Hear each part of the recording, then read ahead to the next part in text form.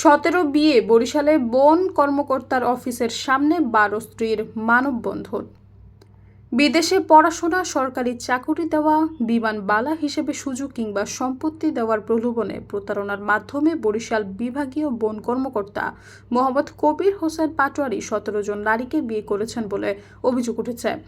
বিয়ের অল্প কিছুদিনের মধ্যে যৌতুক দাবি ও শারীরিক নির্যাতনের কারণে একে একে তার সংসার ভাঙে। এভাবে ঢাকা, নারায়ণগঞ্জ, খুলনা সহ বিভিন্ন জেলার নারীরা ওই বন কর্মকর্তার প্রতারণার শিকার হয়েছেন বলে অভিযোগ তুলে তার শাস্তির দাবিতে মানববন্ধন করেছেন ভুক্তভোগী নারী ও তাদের পরিবারের সদস্যরা।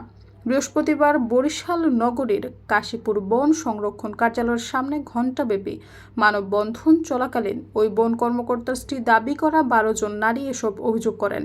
ভুক্তভোগীরা জানিয়েছেন, বন কর্মকর্তা কবির হোসেন পাটোয়ারি চাঁদপুরের মতলব উপজেলার বাসিন্দা। তিনি এর আগে ঢাকা, খুলনা, সিরাজগঞ্জ, বাগেরহাট সহ বিভিন্ন জেলায় কর্মরত থাকাকালীন বিয়ের নামে প্রতারণা করেছেন। এভাবে ঢাকার নাজরিন আক্তার শিলা, নারায়ণগঞ্জের সোনিয়া, খুলনার নাসরিন আক্তার দোলন সহ 17 জন নারী তার প্রতারণার শিকার হয়েছে।